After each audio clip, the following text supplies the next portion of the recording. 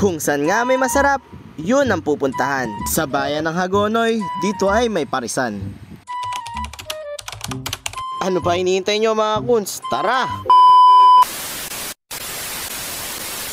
Ngayong araw nga pala mga kuns, magpo-food trip muna tayo. Itong mga kaklase ko kasi mga kuns ay pupuntahan daw ako dito sa amin. At magparis daw kami ngayong araw. Sana kasi sila sa daan.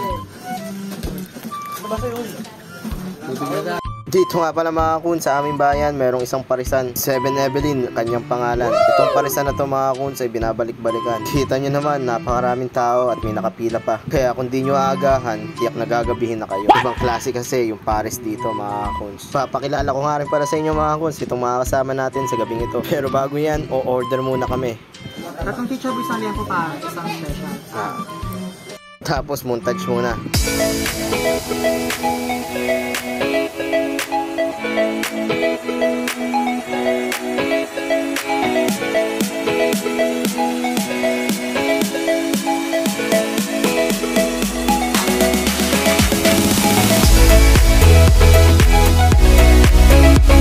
Habang hinihintay namin mga kuns yung order namin ay marami pa rin dumarating. Yan mga kuns yung nag-request ng vlog. At pagkatapos ay dumating na rin itong order namin. Sakto-sakto mga kuns para sa kumakalam na sikmura. Tamang-tama to mga kuns para sa hapunan nyo. Paano masabi? In-order nga pala namin mga kuns, 3 chichabo at 1 yempo. At syempre may kasama yung ali rice, ali sabaw at ali taba. Let's go! Pagkatapos kami picturean dyan mga kuns ay kumain na rin kami. Oo nga pala, located itong 7 Evelyn Parisan at Ihawan dito sa Santa Elena, Hagonoy, Bulacan bago umakyat ng tulay. May maluwag silang kainan at perfect tambayan. Meron din naman silang parkingan kung sakaling may dala kayong sasakyan. Kaya bisitahin nyo na ang 7 Evelyn Parisan. Mura, abot kaya, presyong pangmasa at sulit pa. Sa sobrang daming toppings ng kanilang pares mga kuns ay tiyak na mapapa-extra rice ka. Masarap na masarap yung kanyang lasa mga kuns at malutong yung mga laman. Kaya tiyak na babalik-balikan talaga.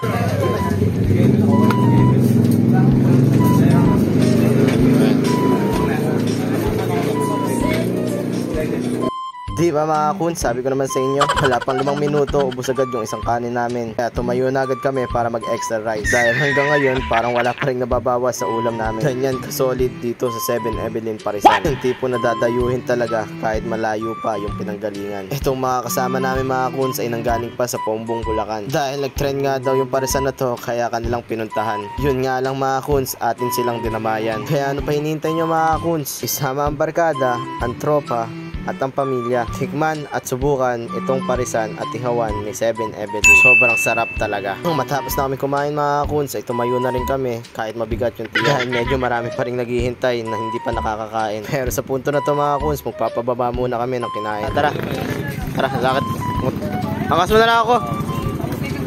Pagkausad nga pala namin mga kuns ay may pupuntahan kami na kaklase namin. Pero bago yan, papakilala ko na nga pala sila sa inyo. Sila yung aking mga kaklase at kaibigan. Si Daniel, si Nelson at si Ken. Mga tropa na laging maaasahan at hindi nang iiwan. Meron nga pala kami pinasukan mga kuns na isang looban pero di namin alam kung ito nga ba yun. Bahala na kung dito talaga yung bahay ng kaklase namin. Kahit madilim mga kuns ay pinasok pa rin. Kaya tara, samahan nyo na lang kami mga kuns. Charot ka. Malulusong din kami mo eh. Kakalinis mo natin sinilis. Paano mo kapal si Gladys sa kabangkali ita? What? Magganto sa amin, hindi na ako mag-aaral. Andyan, hindi ko. Nagkamali ka pala rin, maliligo ka ng po eh. Ayun. Yaso. Hindi ko nga ba? Huwag mong subukan. Oo. Bahay matanda, pag may nakita kang bahay matanda. Oh, nilig ko tayo.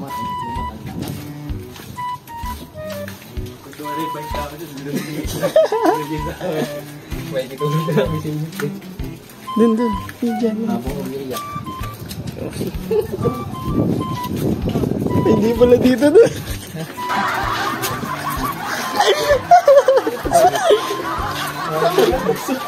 Dito pala sa tuwid. Bakit? Hindi na matandaan. Dala ko ng aso. Taka na boy, dala ka ng aso rin. Tagilid, natutulog boy. Boy, maano ngayon yung rabies boy. Dito ata, dito dun. Saan dyan? O, dito ba? Dito. Dito yun eh. Di ba na pala matandaan? Gabi kasi, di ka naman tandaan. Yung mga, alam mo ba, matanda din. Baka sabi. Hindi. Di ba papasokin? Nandito ka ba nun? Papandaw ba tayo? Di ba bahay nun? Tara, labas na tayo. Katapos niyan mga kuns, tumabay na lang kami dito sa may Baywalk. Dito lang ito mga kuns sa Sagrada Familia. Perfect na perfect pagtambayan sa gabi. Ingat. Tara, tala. Tara. Ingat. At pagkatapos, nagpaalam na rin mga kuns para makauwi na dahil medyo gabi na. Isang masayang alaala na naman mga kuns, sinabuo natin ngayong araw. Kasalanan to ng walang pasok dahil hindi kami nagkikita-kita. Yun lang, bye-bye!